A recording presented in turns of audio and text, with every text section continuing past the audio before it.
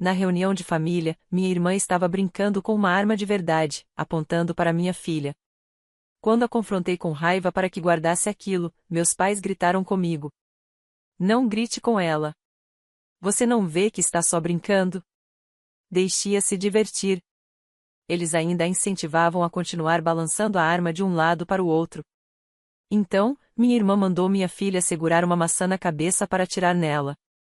Enquanto eu gritava para que não atirasse, de repente ouvi o disparo bang. E minha filha caiu no chão. Minha irmã começou a rir e disse: Vamos brincar de novo. Enquanto eu tentava afastá-los, meu pai falou: Pronto, lá vem você exagerando de novo. Mas minha filha já não se mexia. Desesperada, liguei para a polícia, e quando eles chegaram, o caos se instalou. Meu nome é Rebecca Williams, e o que estou prestes a contar aconteceu há 4 anos, em um dia que deveria ter sido apenas um simples churrasco em família. Era o fim de semana do Memorial Day e, como todo ano, meus pais organizavam um encontro em sua enorme casa de campo no interior do Texas. Eu deveria ter percebido os sinais, deveria ter confiado no meu instinto, já que tudo parecia errado desde o momento em que cheguei com minha filha Hannah, de 8 anos. A tensão começou assim que estacionei na estrada de cascalho. Minha irmã, Stephanie, já estava lá, com sua caminhonete velha parada atravessada em 2 vagas, como se fosse dona do lugar.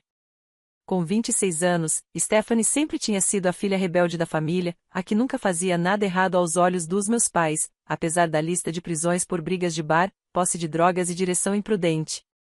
Enquanto isso, eu, aos 32, era a irmã mais velha responsável, fiz faculdade, me casei cedo, tive uma filha e levava uma vida tranquila como professora de inglês no ensino médio. Hannah pulou do meu Honda Civic, suas trancinhas loiras balançando enquanto corria em direção à casa. Mamãe, posso brincar com a tia Stephanie? Perguntou animada. Um aperto me subiu pelo estômago. Fique perto de mim hoje, querida. A gente vai ver. O quintal já estava cheio de parentes que eu só via uma vez por ano. O tio Mike estava na churrasqueira, a barriga de cerveja esticando contra a camiseta amarela com um Don't Tread on Me. A tia Linda fofocava com minha mãe perto da mesa de piquenique, as vozes carregadas daquele tom de julgamento e superioridade que eu conhecia bem. E lá estava Stephanie, no fundo do quintal, cercada por seus amigos suspeitos, todos parecendo ter saído de um bar às 3 da manhã. Meu pai, Robert, veio andando quando eu descarregava a bolsa da Hannah do carro. Com 62 anos, ainda era imponente, 1,90 de altura, barba grisalha bem aparada e olhar penetrante por trás dos óculos de aro fino. Tinha sido policial por 30 anos antes de se aposentar, o que tornava o que viria a seguir ainda mais imperdoável. Rebecca, querida, que bom ver você, disse ele, me puxando para um abraço apertado que cheirava a Old Spice e decepção. A Hannah está enorme. A Stephanie perguntou dela a manhã inteira. Aquilo deveria ter sido meu primeiro sinal de alerta. Stephanie nunca tinha demonstrado interesse por Hannah antes, geralmente a tratando como um incômodo nas festas da família. Onde está o Andrew? Perguntou minha mãe, se aproximando com seu sorriso passivo-agressivo característico. Patricia Johnson era uma mulher pequena, de cabelos grisalhos e ares de quem passou 40 anos aperfeiçoando a arte dos elogios envenenados. Ele precisou trabalhar, menti sem titubear. A verdade era que Andrew e eu estávamos separados havia 2 meses. Ele tinha se mudado depois de anos de desgaste, e eu não estava pronta para dar à minha família mais munição para críticas. Eles nunca acharam que ele fosse bom o bastante, apesar de ser um contador bem-sucedido que sempre tratou Hannah como filha. Num feriado prolongado? Disse minha mãe, erguendo as sobrancelhas. Bem, suponho que algumas pessoas têm outras prioridades. Mordi a língua e foquei em Hannah, que já se aproximava do grupo da Stephanie. Minha irmã parecia diferente desde o Natal. Estava mais magra, as maçãs do rosto ressaltadas sob a maquiagem pesada, e havia uma energia agitada em seus movimentos que fazia meu instinto de professora gritar perigo. Hannah! Chamou Stephanie, a voz alta e forçada demais. Vem cá, querida. A tia Jessie tem algo legal para te mostrar. Vi quando Stephanie puxou algo de uma bolsa grande ao lado da cadeira de jardim. Meu sangue gelou ao perceber o que era, uma pistola, real, preta e perigosa, que ela manuseava com a familiaridade de quem já tinha usado antes.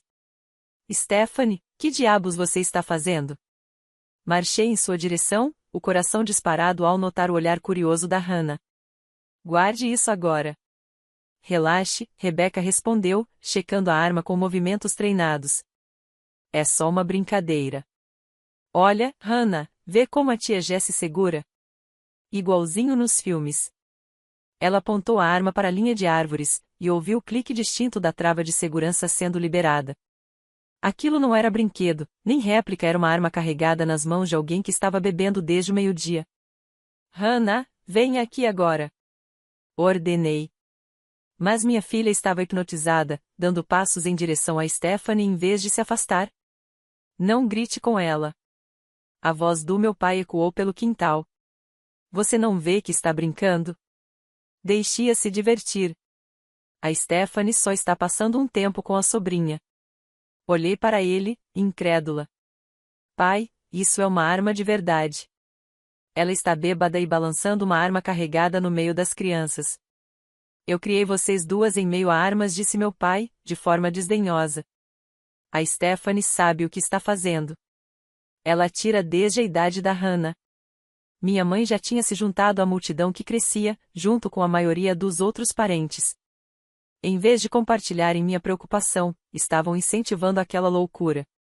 Vai lá, Stephanie, mostra pra gente o que você sabe fazer, gritou o tio Mike, largando a cerveja para ter uma visão melhor. Talvez você possa ensinar a Hannah a segurar direito, sugeriu a tia Linda. Nunca é cedo demais para aprender segurança com armas. Eu me sentia vivendo em uma realidade paralela, onde o bom senso básico tinha sido abandonado. Vocês ficaram malucos? Ela está apontando uma arma carregada para as pessoas. Gritei. Stephanie riu, um som áspero, sem alegria nos olhos. Ai, Rebecca, você é tão dramática. Vou provar que não é nada demais. Ela se virou para Hannah, que estava a menos de 1 metro de distância, totalmente hipnotizada pela arma. Ei, garotinha, você conhece aquele jogo do William Tell? O cara que atira na maçã em cima da cabeça de alguém? Meu sangue gelou. Stephanie, não. Implorei. Vai ser divertido, como um truque de mágica, disse ela, com aquele tom maníaco de novo. Hannah, pega uma daquelas maçãs da tigela na mesa. Vamos brincar de um jogo. Hannah, não se mexa. Gritei, avançando para agarrar minha filha. Mas meu pai segurou meu braço com uma força que deixaria marcas roxas. Lá vem você de novo. Para de exagerar. Deixa elas se divertirem. Você vive querendo embrulhar essa menina em plástico bolha. Isso é insano. Gritei, tentando me soltar. Horrorizada, vi Hannah, acostumada a obedecer adultos, correr até a mesa de piquenique e pegar uma maçã vermelha e brilhante do centro da mesa. A multidão aumentava, e em vez da intervenção que eu esperava, ouvi murmúrios de expectativa e incentivo. Isso vai ser interessante, comentou alguém. A Stephanie sempre foi a melhor atiradora da família, disse outra voz. A Hannah é tão corajosa. Eu nunca teria feito isso na idade dela. Eu me sentia presa em um pesadelo febril, onde toda a minha família tinha perdido o juízo. Por favor, supliquei, com a voz quebrando, não façam isso. Ela só é uma criança. Tem apenas 8 anos. Rebecca, disse minha mãe, impaciente. A Stephanie não vai machucá-la. Você precisa aprender a confiar na sua família. Hannah voltou saltitando com a maçã nas mãos, o rosto iluminado de empolgação por ser o centro das atenções. Assim, tia Stephanie? Perfeito. Agora você vai ficar bem paradinha e bem corajosa, está bem? Igual a princesa da história. Coloque a maçã em cima da sua cabecinha linda. Vi minha filha equilibrar a maçã no topo da cabeça, as mãozinhas firmes ao lado do corpo, confiando cegamente nos adultos à sua volta.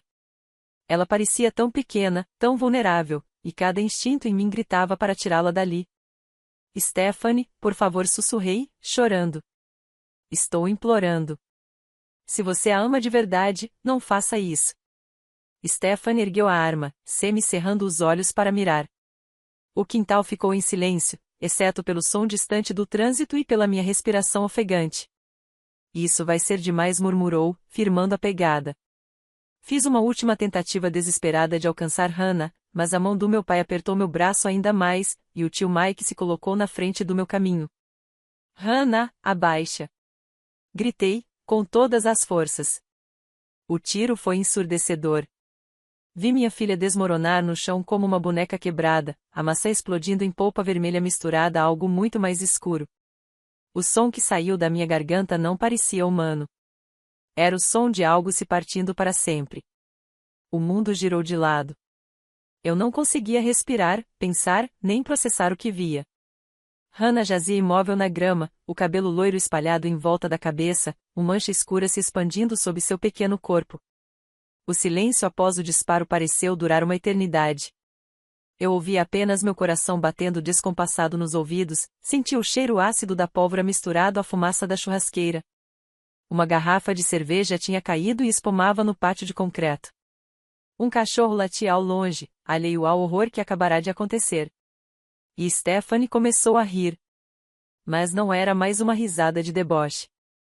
Era nervosa, aguda, o tipo de riso que vem do choque, quando o cérebro não consegue processar a realidade.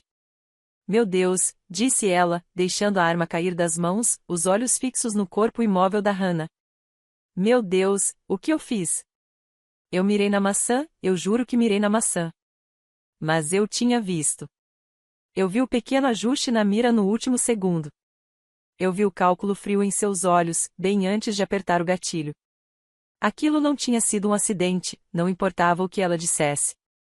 O jeito casual com que falou, como se Hannah estivesse apenas brincando de esconde-esconde, como se minha filha não estivesse caída em uma poça do próprio sangue, quebrou algo fundamental dentro da minha mente. Senti minha sanidade rachar em fissuras invisíveis. Todo o cuidado com que construí a minha versão civilizada desmoronou em pó. Você atirou nela, sussurrei, a voz estrangulada, mal audível. Você atirou na minha bebê. Foi um acidente, disse Stephanie. Mas ela ainda sorria, ainda segurava a arma como se fosse um brinquedo. Eu mirei na maçã. Ela deve ter se mexido no último segundo. Mas eu estava olhando. Hannah não tinha se movido. Ficará perfeitamente imóvel, obediente, confiando nos adultos ao redor, enquanto a própria tia mirava com calma e puxava o gatilho. Não era acidente. Era algo muito pior, algo tão monstruoso que minha mente custava a compreender. Os outros membros da família pareciam congelados em uma cena absurda de negação. O tio Mike encarava a própria cerveja, como se não lembrasse como ela tinha ido parar em sua mão. A tia Linda estava com a boca aberta em um perfeito de choque, mas sem emitir som algum. Minha mãe segurava o colar de pérolas, literalmente apertando-o, como se aquele gesto pudesse restaurar a ordem do universo. E meu pai, o homem que passou 3 décadas como policial, que supostamente já tinha visto de tudo e sabia como agir em qualquer situação, apenas estava parado, braços pendendo ao lado do corpo, como um fantoche quebrado. Alguém chama o 911. Disse eu, mais alto dessa vez. Ninguém se moveu. Chamem o 911. Gritei, a voz rachando de histeria. Isso pareceu quebrar o transe. Vários pegaram os celulares ao mesmo tempo, mas meu pai deu um passo à frente e ergueu a mão. Esperem, disse, com aquele tom de autoridade que comandará respeito por décadas. Vamos pensar um minuto. Não façam nada precipitado. Olhei para ele, incrédula. Precipitado? Minha filha levou um tiro na cabeça e você acha que chamar ajuda médica é precipitado? Ela deve estar só inconsciente, disse, mas a dúvida tremia em seus olhos. Talvez de raspão. Ferimentos na cabeça sangram muito. Parece pior do que é. Por um instante, Deus me perdoe, eu quis acreditar nele. Quis acreditar que Hannah se levantaria e perguntaria o que tinha acontecido. Que isso viraria apenas uma história de família, sobre a vez em que Stephanie quase matou todo mundo de susto com sua péssima pontaria. Mas Hannah não se mexia. Nem mesmo o leve subir e descer da respiração. Estava deitada como uma boneca quebrada, e a poça de sangue sob sua cabeça aumentava a cada segundo. Foi nesse momento que algo morreu dentro de mim. Uma parte fundamental da minha humanidade é que acreditava na bondade da família, na segurança do lar, na proteção das crianças murchou e virou cinzas em questão de batidas do coração. Rompi o aperto do meu pai com uma força que não sabia ter e me joguei ao chão, ao lado de Hannah. Seus olhos estavam fechados, e havia tanto sangue. Sangue demais. Hannah, meu amor, fica comigo, sussurrei, pressionando as mãos contra o ferimento na cabeça dela, tentando estancar a hemorragia, mesmo sabendo que era tarde demais. A mamãe está aqui. A mamãe está aqui. Sua pele já começava a ficar fria sob meus dedos. A realização me atingiu como um golpe físico, tirando o ar dos meus pulmões. Isso não estava acontecendo. Isso não podia estar acontecendo. Crianças não morriam em churrascos de família. Mães não seguravam suas filhas enquanto elas sangravam até a morte no quintal dos avós. Mas a verdade estava ali, sob minhas mãos, a imobilidade terrível do corpo pequeno, a forma como a cabeça tombou quando tentei erguê-la, a ausência absoluta da centelha que fazia Hannah ser quem era, curiosa, confiante, cheia de risadas, perguntas e sonhos de ser veterinária quando crescesse. Tudo aquilo tinha sido apagado por uma mulher que deveria amá-la. Meu pai, apesar de todo o treinamento policial, parecia paralisado diante do sangue da neta em sua propriedade. As mãos tremiam quando finalmente se moveu para recolher a arma, mas sua voz não tinha mais autoridade alguma quando falou. Alguém chamou o 911, murmurou, o rosto pálido de choque. Algumas pessoas finalmente discaram o número, mas já não importava. O estrago estava feito. Hannah se fora. E nenhum socorro no mundo poderia mudar isso. A ironia das palavras dele me atingiu como um tapa. Alguém já tinha se machucado. Alguém já estava além de qualquer cura, mas ele não enxergava, ou não queria enxergar. Porque reconhecer a verdade significaria admitir que tinha permitido aquilo acontecer. Olhei para cima, para aquele homem que me criou, que me ensinou a andar de bicicleta, que me ajudou nas tarefas da escola e me levou até o altar no meu casamento. Alguém já se machucou, pai. Alguém já se machucou. Mas ele não estava ouvindo. Nenhum deles estava. Todos se amontoavam em volta de Stephanie, dando tapinhas nas costas dela e repetindo que tinha sido apenas um acidente, que essas coisas aconteciam, que ninguém tinha culpa. Stephanie finalmente tinha largado a arma, mas ainda ria.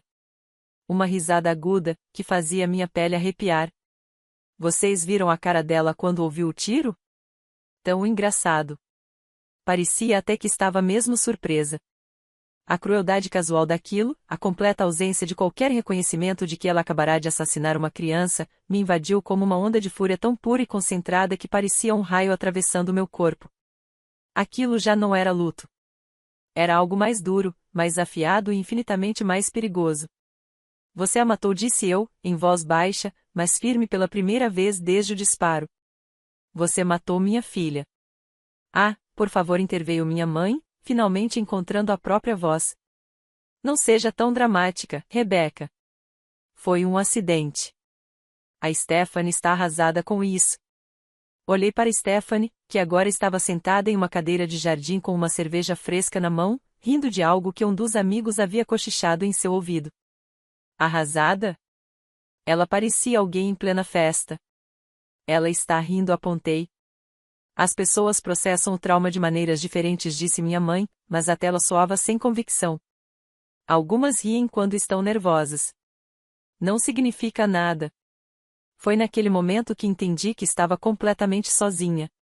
Minha família e as pessoas que deveriam me apoiar e proteger Hannah já tinham feito sua escolha. Iriam se unir em torno de Stephanie e fingir que aquilo tinha sido um acidente, uma tragédia inevitável, que ninguém poderia ter evitado. Iriam deixá-la escapar de um assassinato. Peguei meu celular e disquei 911. 911, qual é a sua emergência? Minha filha levou um tiro, respondi, surpresa com a calma da minha própria voz. Ela tem 8 anos. Minha irmã atirou na cabeça dela. Preciso de ambulâncias e da polícia no 1247. K1 tirou de 56. Senhora, a atiradora ainda está no local? Olhei para Stephanie, que recarregava a arma enquanto meus parentes observavam com interesse, e não com horror. Sim, ela ainda está aqui. E ainda está armada. O que veio depois foi puro caos. A primeira viatura chegou em menos de 5 minutos, seguida por paramédicos e, ao que parecia, metade do departamento do xerife do condado. A equipe de emergência trabalhou com eficiência, verificando sinais vitais e tentando protocolos de ressuscitação, mesmo sendo óbvio, pelo ferimento e sua gravidade, que não havia mais esperança. Após 8 minutos de esforços inúteis, o paramédico mais experiente me olhou com olhos carregados de compaixão profissional e balançou a cabeça em silêncio. Minha filha tinha partido. O detetive responsável, um homem na casa dos 50 chamado Campbell, olhou a cena e imediatamente separou todas as testemunhas.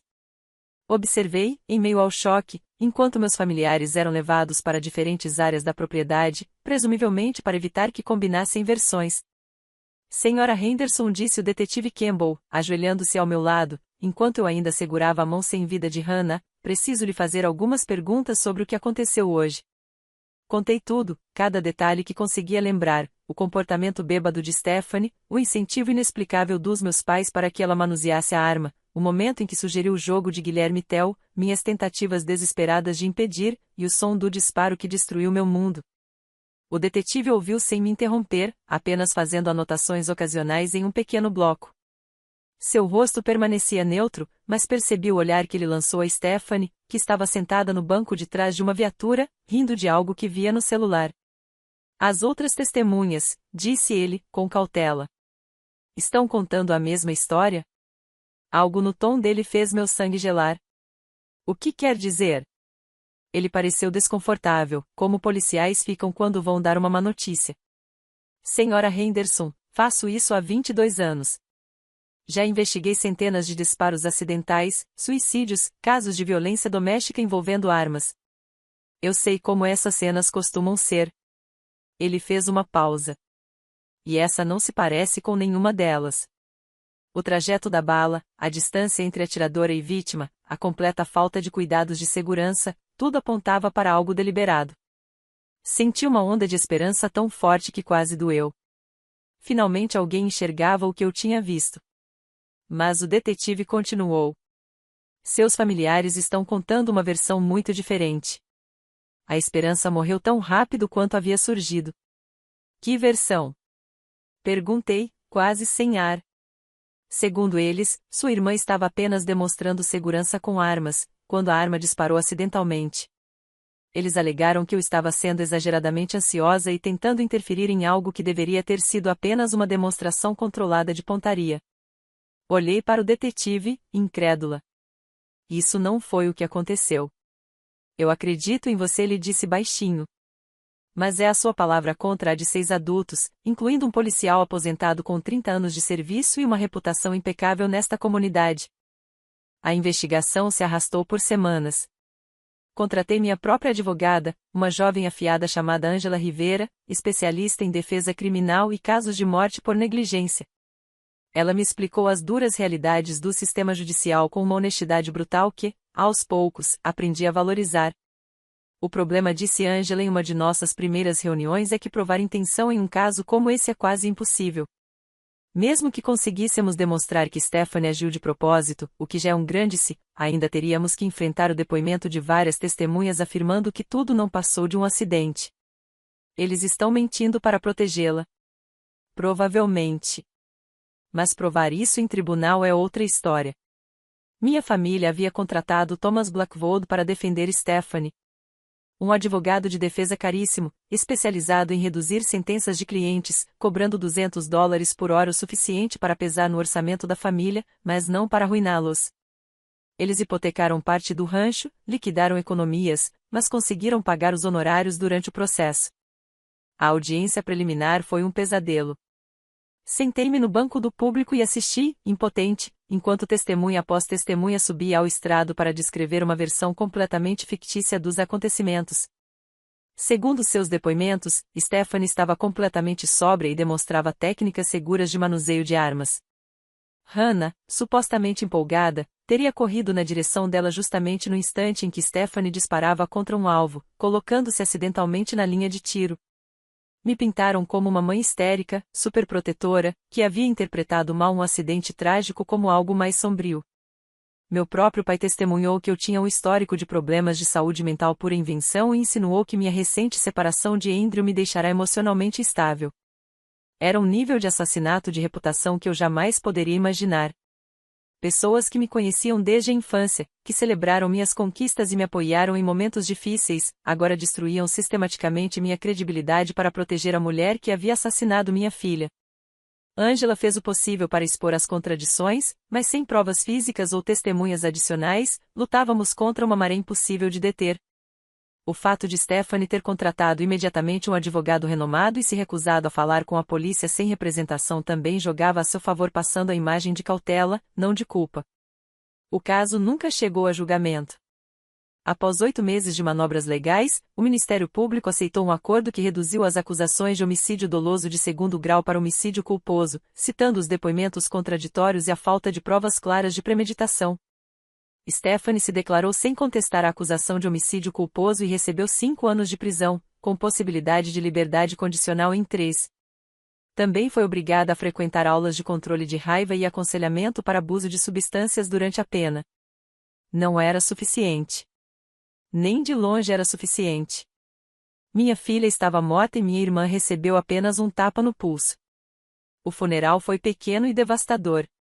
Andrew voltou de sua viagem de negócios e me abraçou enquanto eu chorava, mas nem mesmo ele conseguiu compreender a profundidade da minha fúria. Ele via um acidente onde eu via assassinato. Queria que eu chorasse, sofresse, me curasse, eventualmente, seguisse em frente. Não conseguia compreender que seguir em frente significava aceitar que a assassina da Hannah não enfrentaria nenhuma consequência real pelo que havia feito. A maior parte da minha família não foi ao funeral, alegando que estavam abalados demais com a tragédia para lidar com o peso emocional. Os poucos que apareceram trataram a cerimônia como uma obrigação social, mexendo no celular durante o serviço, comentando sobre o clima na recepção. Stephanie mandou flores-lírios brancos acompanhados de um cartão que dizia: "Sinto muito pela sua perda. Com amor, tia Jessie." Esse cartão está emoldurado na minha parede hoje, ao lado da foto da Hannah no 3º ano da escola. É meu lembrete diário do tipo de gente com quem estou lidando. Da crueldade disfarçada de gentileza, que acha que um arranjo de $20 pode compensar o assassinato de uma criança. Não falei com nenhum deles por 1 ano depois do fim do julgamento. Mudei-me para o outro lado do país, para o Oregon. Mantive o sobrenome Henderson apenas para fins legais, mas socialmente voltei a usar meu nome de solteira, William. Arrumei trabalho como professora substituta em uma pequena cidade costeira, onde ninguém conhecia minha história. Fiz terapia, tomei medicação contra os pesadelos, e tentei reconstruir algum esboço de vida a partir dos destroços da antiga. Minha terapeuta, doutora Rebecca Walsh, era uma senhora gentil de 60 e poucos anos, especializada em trauma e luto. Tinha olhos bondosos, voz suave. E nunca, em momento algum, sugeriu que eu simplesmente superasse o que aconteceu ou seguisse em frente para o meu próprio bem. O luto não é linear, disse em uma de nossas primeiras sessões.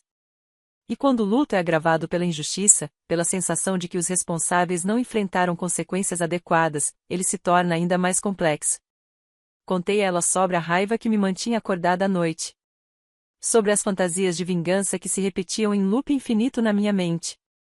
Descrevi como eu me deitava na cama imaginando cenários elaborados em que Stephanie e meus pais finalmente entenderiam o que tinham feito, em que seriam obrigados a enfrentar consequências reais por suas ações. Esses sentimentos são normais, me assegurou a doutora Walsh. A raiva é uma resposta natural à injustiça. A questão é, o que você escolhe fazer com essa raiva? No primeiro ano, tentei seguir o que ela sugeria. Transformei minha raiva em militância. Trabalhei como voluntária em organizações que lutavam por leis de controle de armas mais rigorosas e pela aplicação adequada das que já existiam. Escrevi cartas a legisladores, participei de protestos, compartilhei minha história em reuniões comunitárias. De certa forma, ajudou. Me deu um propósito, me conectou com outros pais que também tinham perdido filhos para a violência armada. Mas não preenchia o vazio mais profundo, a necessidade de justiça, de responsabilização, de consequências que realmente correspondessem à magnitude do que havia sido feito com Hannah. O ponto de virada chegou quando recebi um pedido de amizade no Facebook. Era da Stephanie. Veio justamente no aniversário da Hannah, exatos 2 anos após sua morte. Eu estava sentada no meu pequeno apartamento com vista para o Pacífico, segurando o ursinho de pelúcia com o qual Hannah dormia todas as noites desde os 3 anos, quando a notificação apareceu no meu celular. Stephanie Johnson quer ser sua amiga. Cliquei no perfil dela e o que vi fez meu sangue ferver. Ela vivia a vida como se nada tivesse acontecido. Havia fotos em festas, na praia, de férias no México. Tinha feito uma nova tatuagem, uma borboleta no ombro e pintado o cabelo de loiro. Parecia saudável, feliz, completamente alheia ao fato de que havia assassinado uma criança. A postagem mais recente era uma selfie daquela mesma manhã, com a legenda, vivendo minha melhor vida. Hashtag abençoada, hashtag grata, hashtag novos começos. Foi nesse instante que percebi que a abordagem delicada da doutora Walsh não serviria para mim. Hannah nunca voltaria, e os responsáveis pela sua morte jamais enfrentariam consequências reais pelos canais oficiais. Se eu queria justiça, teria que criá-la com minhas próprias mãos. Eu nunca esqueci. E nunca perdoei. A vingança começou pequena, metódica. Sempre fui boa com computadores, era parte do que me tornava uma professora eficaz na era digital. Mas agora me dediquei a aprender tudo sobre segurança na internet, manipulação de redes sociais e investigação digital. Comecei pelas contas da Stephanie. Ela nunca foi cuidadosa com senhas, ainda usava variações de nomes de animais de estimação da infância e datas importantes que eu lembrava de quando crescemos juntas. Invadir o Facebook, Instagram e Twitter dela foi embaraçosamente fácil. Mas não publiquei nada de imediato. Passei semanas observando seu comportamento online, estudando seus padrões, rastreando sua pegada digital. Queria saber com quem falava, onde trabalhava, o que planejava para o futuro. O que descobri foi revelador e revoltante. Nas mensagens privadas, Stephanie se gabava com várias amigas por ter saído impune. Descrevia o tiro como um acidente que não foi bem um acidente e ria da estupidez da polícia por acreditar na versão da nossa família. Em uma conversa particularmente condenatória com a amiga Ashley, ela escreveu: "A pirralha mereceu." Sempre agindo como se fosse melhor que todo mundo, igual a mãe metida dela. Fiz um favor ao mundo.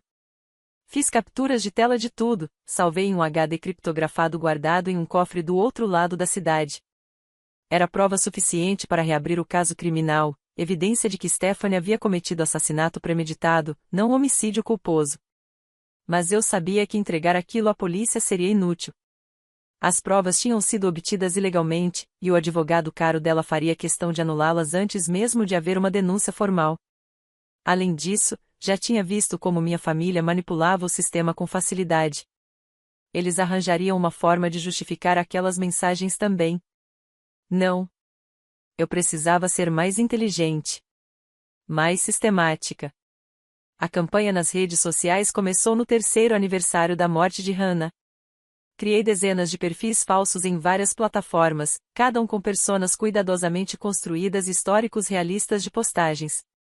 Alguns se apresentavam como pais preocupados, outros como moradores da comunidade, outros como ex-colegas ou vizinhos que teriam testemunhado o comportamento da Stephanie.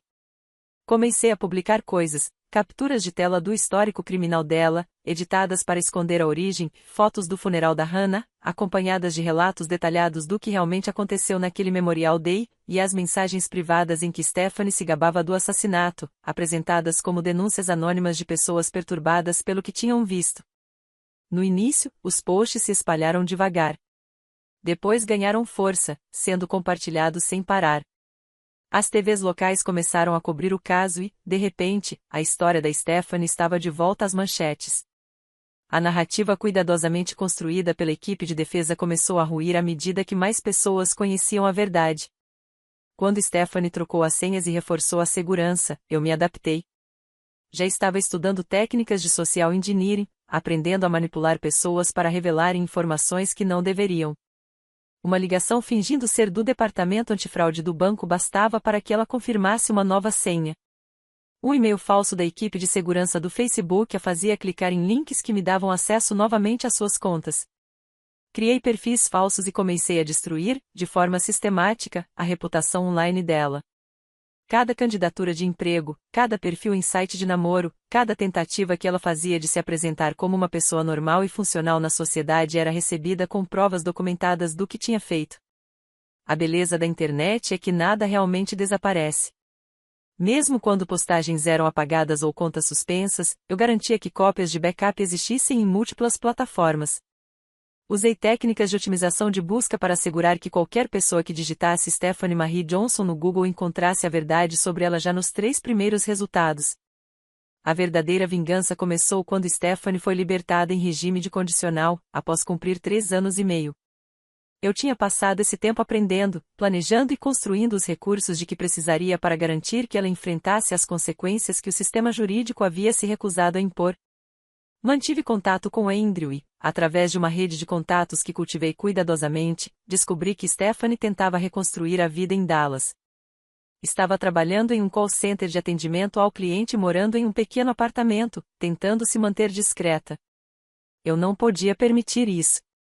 Preparei relatórios detalhados documentando seu histórico criminal e os entreguei aos empregadores, sempre por canais legítimos e utilizando apenas informações públicas.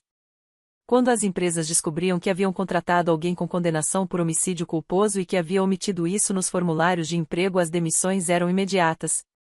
Também entrei em contato com o condomínio onde ela morava, apresentando evidências de violações de contrato e reclamações de vizinhos fictícios sobre barulho e atividades suspeitas. Quando isso não funcionava, denunciava violações de código e problemas de segurança às autoridades locais. Cada denúncia gerava investigações e dores de cabeça tanto para Stephanie quanto para seus proprietários. Mas a verdadeira obra-prima veio quando descobri que Stephanie tentava dar um rumo à vida matriculando-se em um curso de auxiliar de enfermagem em uma faculdade comunitária de Dallas. Ela havia sido aceita e parecia estar levando a sério a ideia de mudar, talvez acreditando que uma carreira estável na área da saúde ajudaria a reconstruir sua reputação. Eu não podia deixar isso acontecer. Passei meses pesquisando as políticas da instituição, especialmente os requisitos éticos para alunos da área da saúde. Então redigi uma carta cuidadosamente elaborada ao diretor do programa, detalhando a condenação criminal de Stephanie por homicídio culposo e anexando documentos oficiais do tribunal sobre as circunstâncias da morte da Hannah. A carta era profissional e totalmente factual. Não exagerei nem inventei nada. Apenas apresentei a verdade sobre o que Stephanie havia feito e questionei se a faculdade realmente queria alguém com esse histórico representando o curso em clínicas locais, onde teria acesso a pacientes vulneráveis. Ela foi expulsa antes mesmo de as aulas começarem. Nos 2 anos seguintes, documentei sistematicamente cada tentativa que Stephanie fazia para reerguer a vida, garantindo que empregadores, proprietários de imóveis e instituições de ensino tivessem fácil acesso às informações sobre seu passado criminal. Eu nunca forjei provas, nunca inventei nada. Apenas me certifiquei de que a verdade estivesse ao alcance de qualquer um que se importasse em procurar. Mas a justiça mais doce veio quando descobri que meus pais estavam enfrentando dificuldades financeiras alguns anos depois. A aposentadoria do meu pai não acompanhava a inflação, e as despesas médicas da minha mãe, por causa da diabetes, estavam se acumulando. As custas do processo de defesa da Stephanie haviam drenado suas economias, e eles foram obrigados a fazer uma hipoteca reversa da fazenda para conseguir pagar as contas. Nunca me procuraram para pedir desculpas, nunca reconheceram o papel que tiveram em permitir o que aconteceu com Hannah. Na cabeça deles, eram vítimas de um acidente trágico que havia destruído a família e Stephanie já havia quitado sua dívida com a sociedade ao cumprir a pena. Mas os registros financeiros deles contavam outra história. Estavam 3 meses atrasados nos pagamentos da hipoteca reversa, e o banco já se preparava para executar a propriedade. Também vinham enfrentando problemas fiscais relacionados a rendimentos não declarados provenientes da venda de gado e equipamentos agrícolas.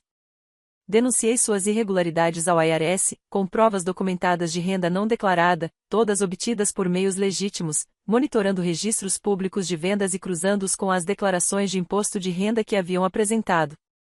A investigação demorou meses, mas os resultados foram devastadores. Eles foram obrigados a pagar impostos atrasados e multas, e a aposentadoria do meu pai foi confiscada para cobrir a dívida. Os custos da medicação da diabetes da minha mãe consumiam o pouco dinheiro que restava, e sem a pensão do meu pai, eles não podiam mais arcar com a insulina de que ela precisava para sobreviver. Observei à distância, de outro estado, enquanto meus pais perdiam a casa, a saúde e a segurança. E, assim como quando Hannah sangrava no gramado deles, não senti nenhuma simpatia pelo sofrimento que enfrentavam. A peça final do meu plano de vingança aconteceu cerca de 6 meses após a morte dos meus pais. Stephanie havia deixado o Texas, vagando de estado em estado, já que a documentação sistemática de seu passado criminal tornava cada vez mais difícil encontrar emprego ou moradia estáveis. Ela desenvolveu um sério vício em drogas, em parte para lidar com a incapacidade de reconstruir a própria vida, e foi presa várias vezes por posse e pequenos furtos. Eu acompanhava seus passos por registros públicos e bancos de dados jurídicos, assistindo enquanto ela afundava cada vez mais no sistema de justiça de vários estados. Foi então que descobri que ela estava grávida e vivendo em um abrigo para pessoas em situação de rua em Fênix. Stephanie havia se envolvido com um homem casado, que nunca deixaria a esposa, e aparentemente planejava ter o bebê apesar de não ter nenhum recurso para criar uma criança. Dada sua ficha criminal, seu histórico de dependência química e sua total incapacidade de cuidar de si mesma, a ideia de vê-la como mãe era inconcebível. Entrei em contato com o Serviço de Proteção à Criança do Arizona, fornecendo um dossiê completo que documentava a condenação de Stephanie por homicídio culposo, seu histórico comprovado de abuso de substâncias, suas múltiplas prisões e sua condição atual de sem-teto. Incluí cópias de registros públicos do tribunal, relatórios policiais e documentos médicos também de acesso público. A investigação foi minuciosa e profissional. Com base nas provas de seu passado criminal, em seus problemas contínuos com drogas e na total falta de recursos para sustentar uma criança, ela foi considerada incapaz de exercer a maternidade. O bebê foi retirado de sua guarda imediatamente após o nascimento e entregue a uma família capaz de oferecer amor, segurança e estabilidade, tudo aquilo que Stephanie jamais poderia dar. A última notícia que tive foi de que ela estava vivendo nas ruas de Los Angeles, um fantasma de pessoa, sem nada a perder, porque eu havia lhe tirado tudo, passo a passo. Meus pais morreram com apenas 6 meses de diferença, há 2 anos. Papai sofreu um ataque cardíaco causado pelo estresse dos problemas legais, e as complicações da diabetes de minha mãe foram fatais sem o tratamento adequado. Eles morreram falidos, sozinhos, sabendo que suas próprias escolhas levaram à destruição da família. Não compareci aos funerais. Enviei flores. Lírios brancos com um cartão que dizia: "Sinto muito pela sua perda. Com amor, Rebeca." Às vezes me perguntam se sinto culpa pelo que fiz. Se acho que fui longe demais, se deveria apenas ter tentado seguir em frente e me curar em vez de dedicar anos da minha vida à vingança. A resposta é não. Todas as manhãs, eu acordo em um mundo onde Hannah não está para escovar os dentes, reclamar do café da manhã ou resmungar sobre a lição de casa. A cada aniversário, a cada Natal, a cada primeiro dia de aula, lembro do que me foi roubado por pessoas que deveriam ter nos amado e protegido. Stephanie tirou a vida da minha filha, e meus pais permitiram que ela fizesse isso. Não demonstraram remorso, não assumiram responsabilidade e não enfrentaram nenhuma consequência significativa por suas ações. Então, eu me tornei a consequência deles. Durmo tranquila todas as noites sabendo que a justiça, enfim, foi feita mesmo que tenha sido eu mesma a aplicá-la. Hannah teria 12 anos agora, provavelmente estaria no ensino fundamental segundo, reclamando das tarefas e pedindo um celular, como sempre planejou. Em vez disso, está enterrada em um cemitério silencioso no Oregon. E a mulher que a matou aprendeu que certas ações carregam consequências permanentes e inescapáveis. O sistema falhou conosco. A lei falhou conosco. Minha família falhou conosco. Mas eu não falhei com Hannah.